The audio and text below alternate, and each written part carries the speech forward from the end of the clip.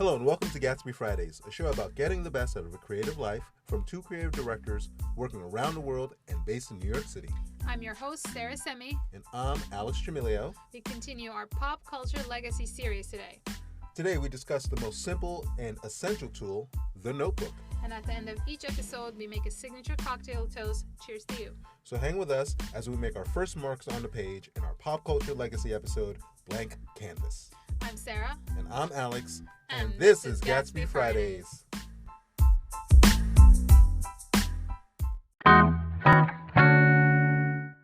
Alex, before we get into our conversation, let's do a check-in. How are you and what are you wearing?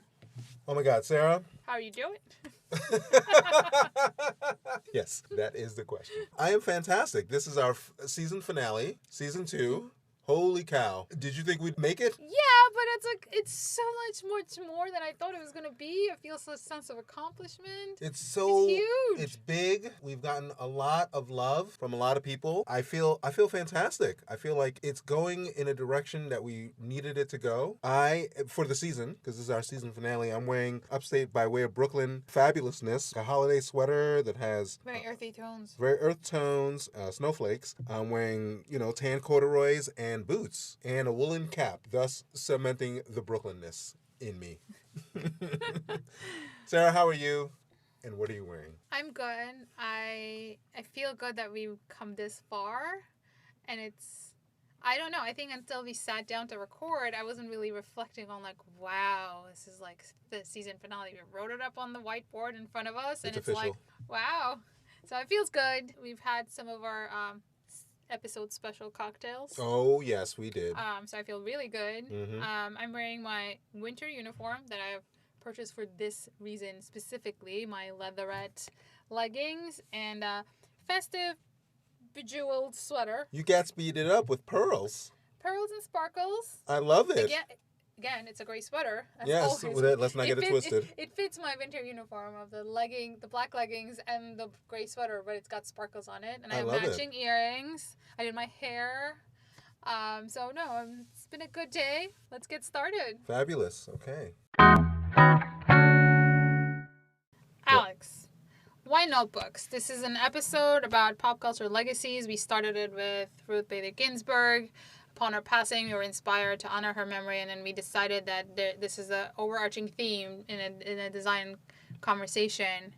But why do you think that we should talk about notebooks today? We decided to start doing a pop culture legacy series in the podcast and not relegate it to just people. So we went back and forth, especially with this theme, went back and forth on a couple of ideas on what constitutes a pop culture legacy. For us being the design mavens that we are, we thought what better tool and what better thing to talk about in terms of a legacy than the tool that we write things down on. And the notebook, we landed on a notebook, and we thought this would be a good topic to talk about because every designer... Everybody has a notebook. Everybody has a notebook. And right? it spans far and wide. Speaking to what we are and what we do and how important notebooks are for us as individuals, and notebooks are important for our creative community. So I thought it would be a good topic to start on, and it also is a pop culture legacy. It is. You started it was your suggestion, which was very, we were trying to nail down a person, which was inspired by the original episode last season. And then you said the college notebook with the black and white speckle color. Yes, the composition notebooks, yes. So you kicked it off with that one. It's such a visual presence in, a lot of, skater board, graphic arts. And it's such a icon in and of itself, and it lends itself well to a graphic icon. Yeah. You know what the composition notebooks look like, and everyone has used one, no matter what capacity, whether you're a creative or an academic or just a high school student taking notes or you've come across and used a composition notebook. Yeah, and it's kind of one of those 90s turquoise and purple wave and chalkboardy type of texture that's iconic of the 90s. Mm-hmm. This is very iconic of sketching and high school creativeness. It's it starts the high school level of youth, and it hasn't changed over decades. It doesn't need to, and that's what the beauty of the composition notebook is, and what makes pop culture legacies significant is the longevity and the simplicity. of the concept. In high school, you start with the composition notebook. That's kind of like just given at any student at that age. Did you use a composition notebook? I didn't go to high school here. Oh, okay. And when I got to college, I mean, it was there, I guess, but I didn't really know what it was as much. I was in a program, so we sketched in black matte spiral bound sketchbooks. Yeah, so I was already at that. Like, I'd skipped the high school culture level. I look at it from reverse and looking back at it and seeing it around me and seeing it in MTV and a lot of youth magazines. Like, I mean, at that age, I read a lot of Nylon. So, like, just even those graphics translating and morphing into something, I think that's what makes it a legacy, and that it is what it is. Even if you're no longer using it, you're using notebook format, you're using the graphics, you have already, like, it's just so familiar. Even to me, coming from not using it and coming from a different background. Also, like, the proportions of the American notebooks are different than European. Okay. The A4 system, we use A4 in Europe. And okay. There's letter size in the US. Like, there's something more comfortable about the proportions of a letter size page. And those notebooks are a little smaller than this, but they still reflect that, like, wider, like, fatter rectangle than the narrow A4. I look back at it. But the thing that makes it iconic is that we know the graphic representation of it, but over time you stop using that particular one and you evolve. Like, I've evolved. Like, I came in at the art book sketch level, so then I'm sure, like, you switch to that when you're in college. Then you get the, like, the matte, thick chipboard, like, with the spiral bound. And the thicker paper in the inside. And then the hardcover leather bound ones were so expensive. I didn't have that. I know what you're talking about. I had the spiral bound ones. I didn't have that. And then, like, you finish art school and then you devolve into, like, it becomes the moleskin because it's smaller. It's more, like, carryable because you're not carrying, like, loads of notebooks and stuff around. Also, the moleskin ones are iconic in and of themselves. Yes, exactly. So then at that level, like, that became very iconic on its own. So, like, it evolves. Like, the notebook changes from the speckled cover to the moleskin, and then now in the day of technology, I mean, that also before technology, I want to get into Muji, yes, because there is Muji, because those all of a sudden, like, made the simplicity. What made the moleskin is its simplicity. There's no, like, cover art. There's nothing. It's just very, like, it's quiet there, and you just put your ideas there. It doesn't compete with your ideas. The page design is empty. If it's lined, it's barely lines there. It's not harsh in your face, not competing with what you write in it visually. And then came along, but they're expensive still. They're like, that's what $20, $30 That's what I wanted piece. to mention. Like, the moleskin ones are kind of aspirational items. They're investments. Because you can either get the ones with the leather cover, or the faux leather cover, but still, these were not 99-cent notebooks. These were, like, at least $20, $30 a notebook. Yeah, I mean, neither were the art school ones. They were like, like, at least $20. I don't remember it now, but, like, I remember being very precious with them because I was like, oh my god, this is, like, my, like, every notebook. Everything needs.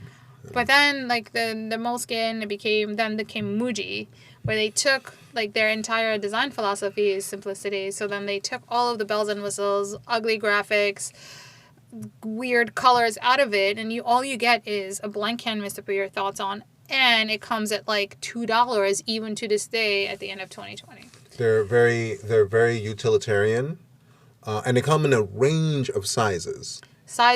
Rules, like lined, grid, blank. And I think those Muji ones are befitting to the time, because there was a time where there were those moleskin notebooks, which were simplistic in and of themselves, but the Muji ones ushered this minimalism that I think really lended itself well during the rise of its own popularity. Also, I mean, I don't mean to be dismissive of the classic quality of moleskin, but at the end of the day, it's pen and paper.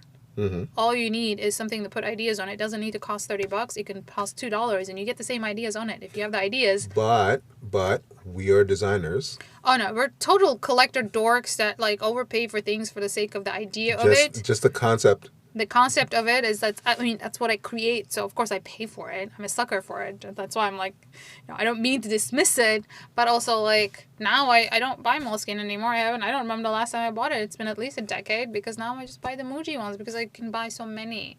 they're not as precious. So then I don't worry so much about every idea that I put down. I'm just writing along. And unlike the Moleskine ones, which are very iconic once again in and of themselves, also have collaborations with celebrities to kind of adorn their covers. The Muji ones are just plain. I don't even think they come in any other color except black and Tan. Yeah, pretty much. Right? So that's... They do have spiral bound and like staple bound, like, stitch bound, like basic like things. They have like more pages, less pages. But, it's just every version has a purpose to be that version. Yes. It's not because this has different art versus that one. It's interesting. You put your own art on it. And actually, they have like these like little stamp station in some of the stores where you just come in and customize your cover before you leave with it, kind of thing. Which is what you're supposed to do. Well, for I designed my own. Yes, I'm sure he did. Did. I don't want their stamps, but like I understand why. Like it's kind of like why the bullet journals are popular too. Like we do this for a living, so I'm like, of course I take it too seriously, way too seriously. But I think that is the definition of a blank canvas. That it's not about, yes, it is quality. It's still nice paper. It still is designed so well that your ideas, what you put on it, shine. It doesn't overpower what you put on it. There's been remember right before the quarantine, I was looking for a planner and we walked through Staples and everything I picked up. That was really, that weird, and I was like, everything, kind of executive functionality to it. Yeah, they add all these faux executive functionalities. functionality. And I'm like, if I'm that level of executive, I already have an assistant to navigate it. I don't we need don't need this book. And then if I'm not, then I don't need all of these dark lines and weird tabs and stuff over design. There's a level of bad American consumerism that over designs things to actually get in the way of what the product is supposed to do for you. So it's not like that. This is just purely blank canvas that you put your ideas on, and that's all there is. And it's $3 instead of $20. It makes it approachable as long as you have access to Muji. But then they sell online, I think. They sell online, and Muji stores. We live in New York City. I I'm guess just saying in the sense of not to be insensitive, and we live in New York City. There's a Muji in every neighborhood. Pretty much. But if even if there's no Muji in your city, it is online and they ship across the U.S. So just so people just understand what Muji is a Japanese company that focuses on very simplistic, minimalistic design in every aspect of one's lifestyle. So it goes into not just stationery. There's home goods, there's fashion, and food, and it keeps on going on and on. We're focusing on the notebooks. There's also after all of this pen and paper thing that we do, that sketching in 2020 now, there's millions of tech options, right? Even Moleskine kind of went into that. There's Evernote that started purely digital versus Moleskine started purely notebook, and then they kind of both found the middle ground of having tech pens where it reads what you write. There's a lot of bells and whistles and all of that go into it. What do you think it means to have this need for actually having pen and paper in your hand? So I know that we're going to get into the conversation on the tech aspect and the digital aspect of note-taking and paper, but I am still about pen and paper, actual pencil and paper, because of the tactileness. I love feeling things. You could wrinkle paper. Paper is not backlit. And there's tooth to paper. There's different grains of paper, even though all that can be simulated virtually. Yes, you can't fake the texture of rubbing the pencil against a grainy paper, but that is such a cathartic feeling. I love the notion of scraping graphite onto a page and seeing the graphite being lost into an idea, into a design, into a sketch, something that just doesn't happen in the virtual space. My bias is I love notebooks and I love books. So do I. Yes. But I think I'm a little more tech friendly than you are. Okay, that's fair. Not savvy, just more friendly and more embracing of it. To support what you were saying, when I was in grad school and I was doing my thesis work, which at that time the department chair said, normal thesis programs are 2 semesters. By the time that you're doing a 1.5 thesis, by the time you're done with this, so what you put out into the world ends up being a lot more in depth. After the first semester, I took time off to come and refocus because I was kind of dabbling in like fashion. I don't know what I'm doing. I'm not a fashion designer. I was kind of lost, and I took printmaking again, letterpress. Art Center had this old school letterpress, and took a basic undergrad graphic design class just so that I kept like creating, like I was given projects. And that graphic design class, it just reminded me of when you said like rubbing the chalk against the paper.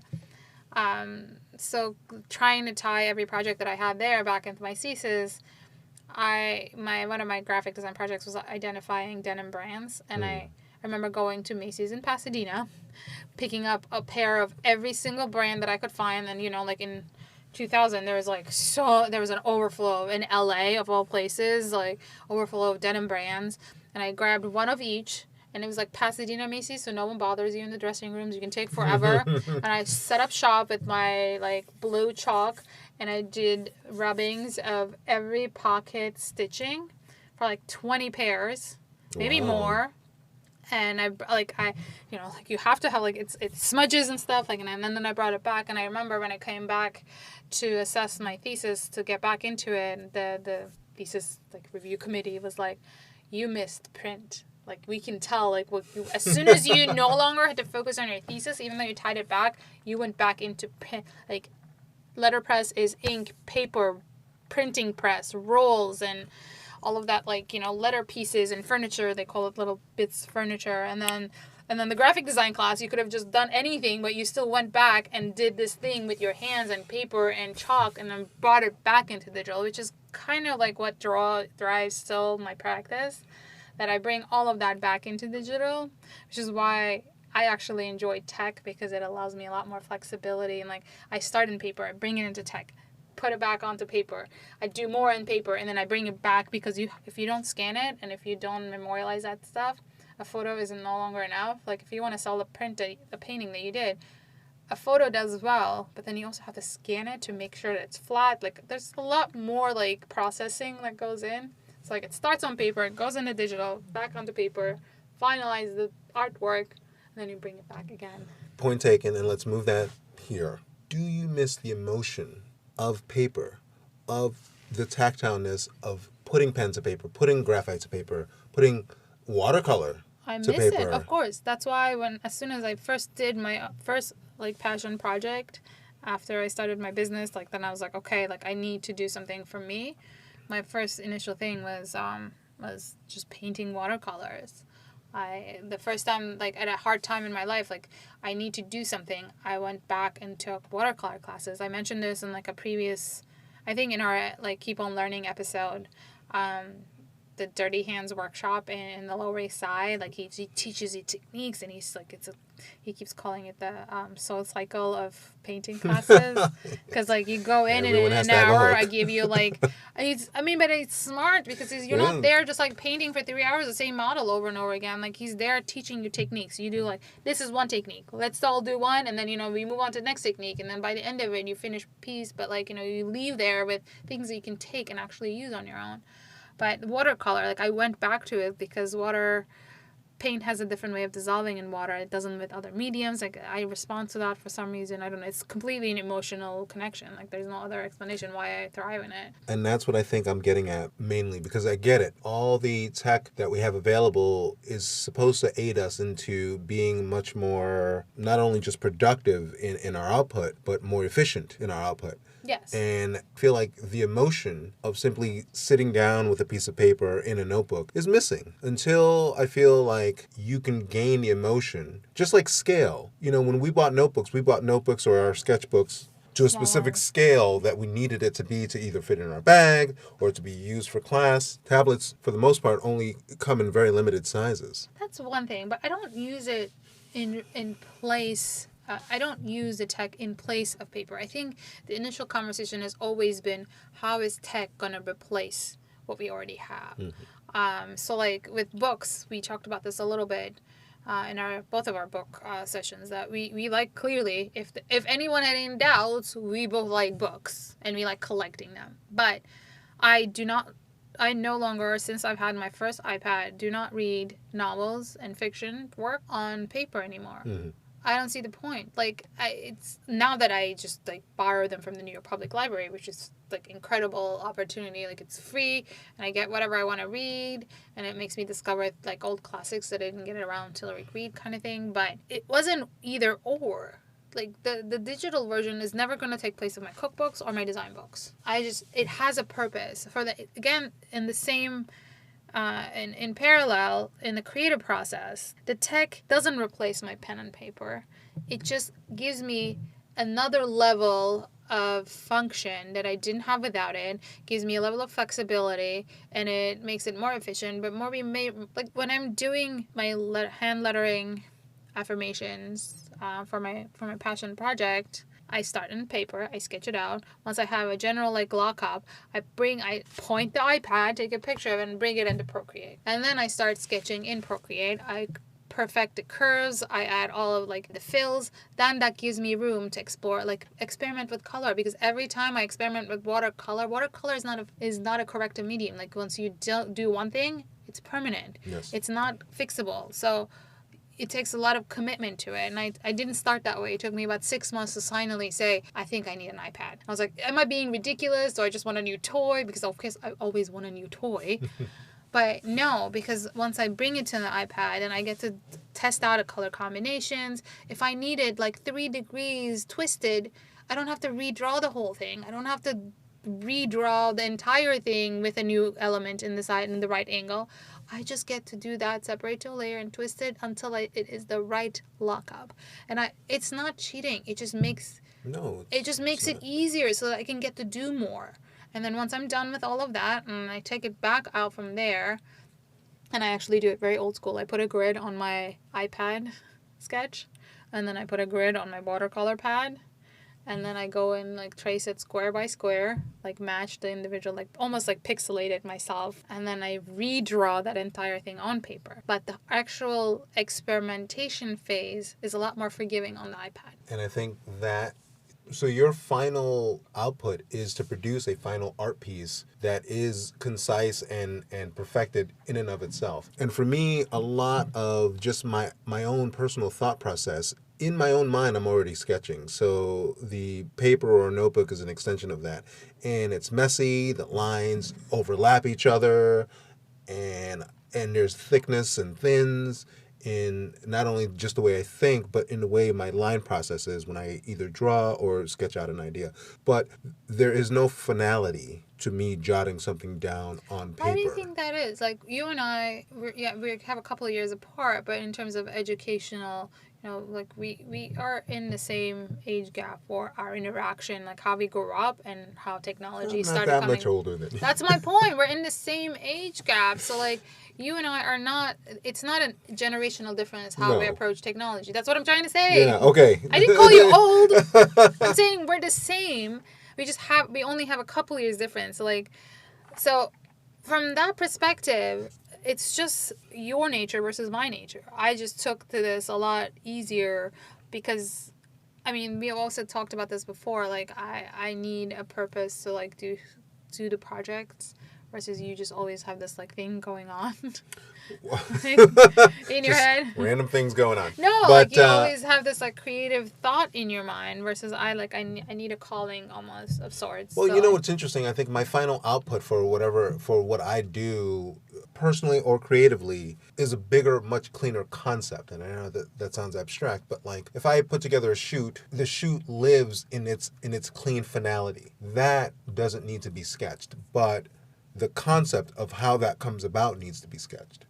And that's what I use notebooks for, to flesh out an idea, to flesh out a tone, as it were, to get to the final clean digital output of whatever the end goal was. But that's planning. I like making weekly planning lists. Like I said earlier, like I was on the hunt for a very pared down planner because I need to be able to jot down like things, like move things around. I actually have mini Muji Post-its just to be able to like assign certain things to certain days, and I don't want to have to cross it out or erase it. I want to just move the Post-it to the next day if I didn't get to do it that way. Like I like I move it around, I make it flexible enough, but like I also thrive in this like OCD organizational situation where I'm like I need my organization to be clean so it soothes me so I don't feel overwhelmed all the time because I am.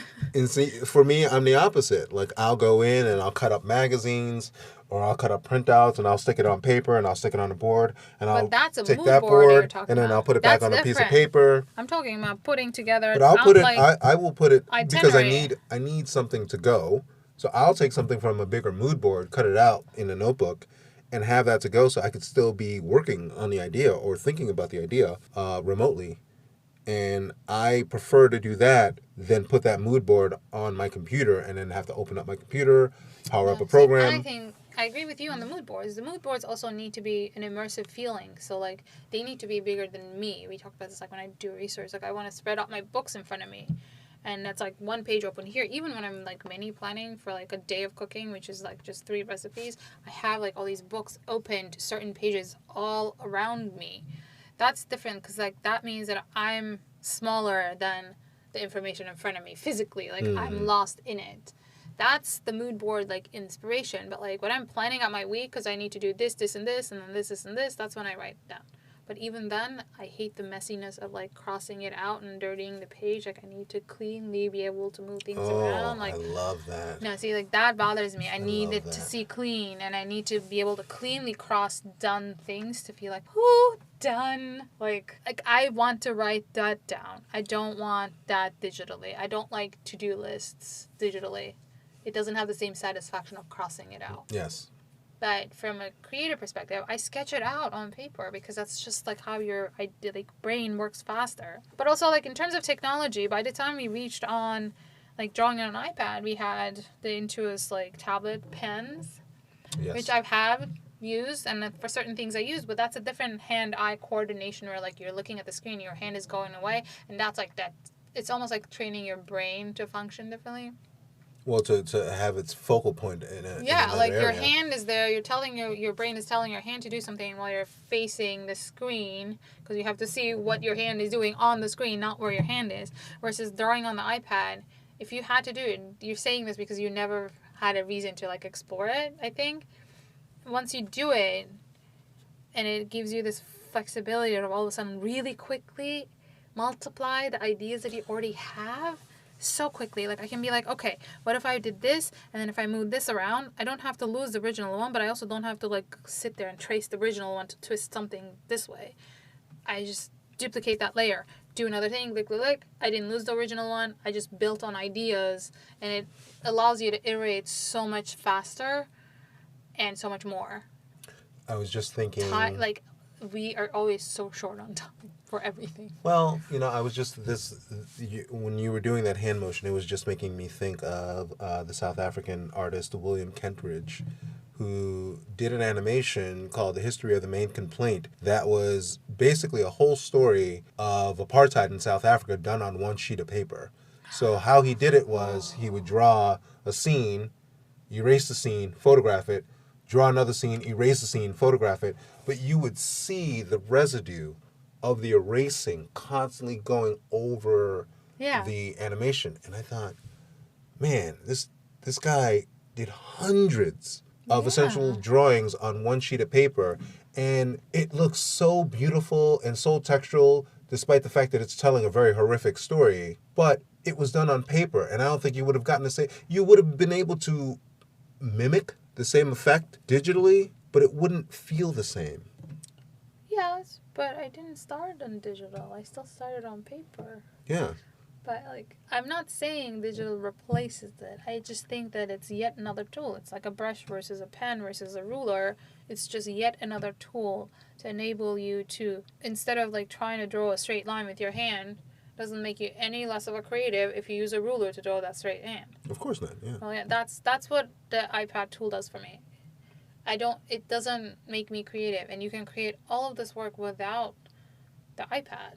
It just isn't. It just saves me time in a way, and it kind of does create a different level of iteration where I wouldn't get to do on paper because it's so laborsome in a way. It's both. It's not either or. I think the conversations always be about like, is tech replacing paper? And it's not. It's just supporting what we already have. So what I think is that it's not either or, that the text supports the paper. What do you think? Well, I agree with you, and I don't think it's an either or. I think it works in tandem with each other. I've tried many different applications and programs that mimic paper. Moleskine, like we said earlier, has its own app. Yeah. There's the paper app. Yeah. There is There's been really there's janky so options. many apps Yeah. that supposedly mimic the concept of illustration and Do you drawing feel and like you've been burnt out from the early iterations of tech oh, exploring this so concept? many. I just showed you my iPad earlier, and I have Yeah. what, four of them, and none You of know them are what? great. You know what finally convinced me is the iPad Pro, Apple Pen, and the Procreate. I mean, I'm just saying, like, This is a big ad for it's. I mean, well, first of all, I was very angry that I had to I was like, why isn't there an Adobe on this? Like, I have to learn yet another software now. I have to watch tutorials. Oh, please, like, just let me use Adobe because at least I know how to use it. I'll just make a Illustrator, tablet version of it. Yes. There is one now. There's an Illustrator and a Photoshop on the tablet now, and they do function a little bit more differently. The desktop version, obviously, for obvious reasons, because they're different mediums. When I got it last spring, like a year before the quarantine, there was none of that. There was a promise of them coming out. That's why I was like, finally, okay, I can cave in, and I had to learn Procreate, and it has changed.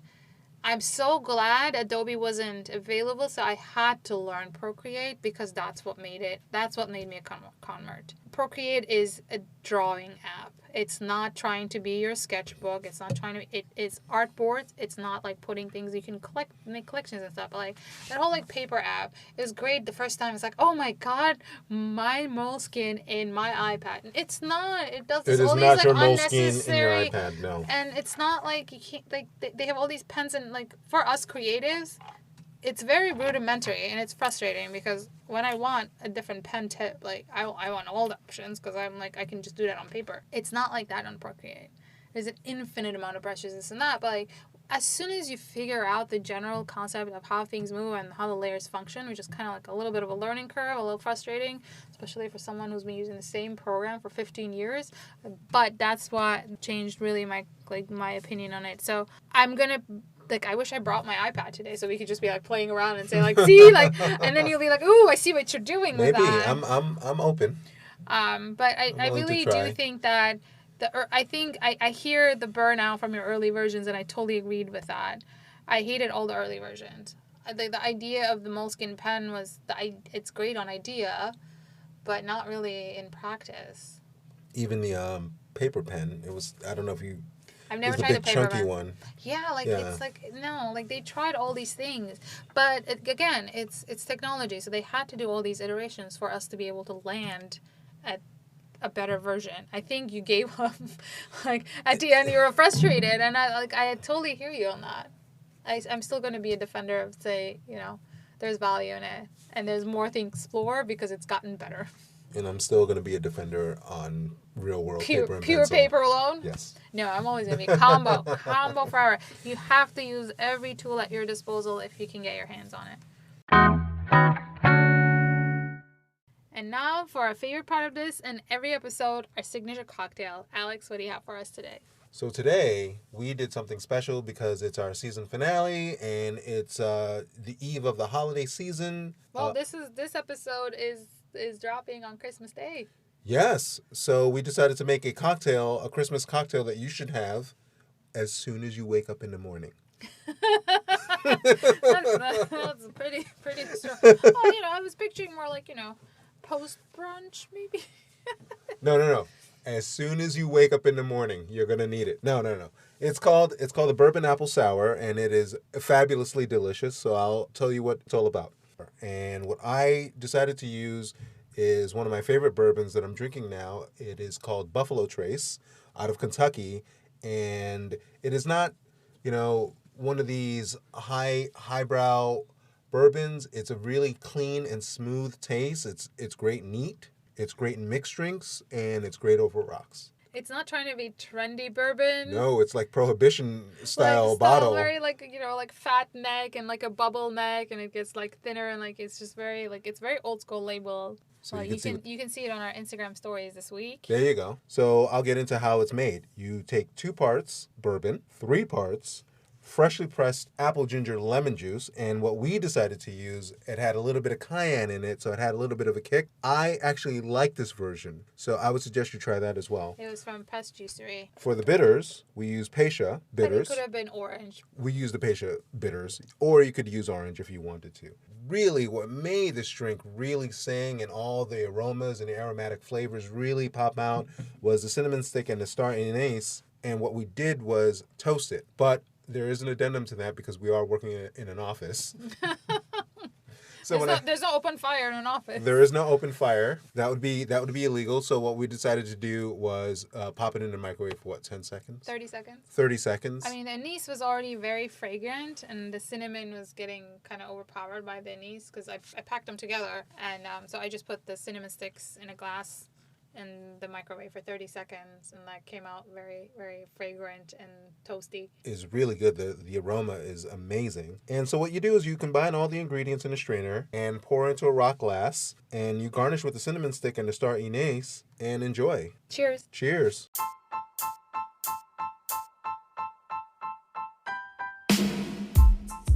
Thank you for hanging with us. For a list of resources mentioned in this week's episode, hop onto our site, GATSBYFridays.com. You can find the Burble app and recipe on the website, GATSBYFridays.com. For show notes, or if you want to leave a comment or suggest show topics, get at us on our site. Don't forget to rate us, give us 5 stars, and write a review on Apple Podcasts. It really helps to get in front of more ears and build our audience. Or if you're a Spotify person, make sure you follow Gatsby Fridays. Follow us on Instagram for exclusive content like me making this week's drink on our Insta stories throughout the week. Happy holidays, and we will be back end of January in a better year for all of us in 2021 with season 3. Stay tuned. And this is Gatsby Fridays.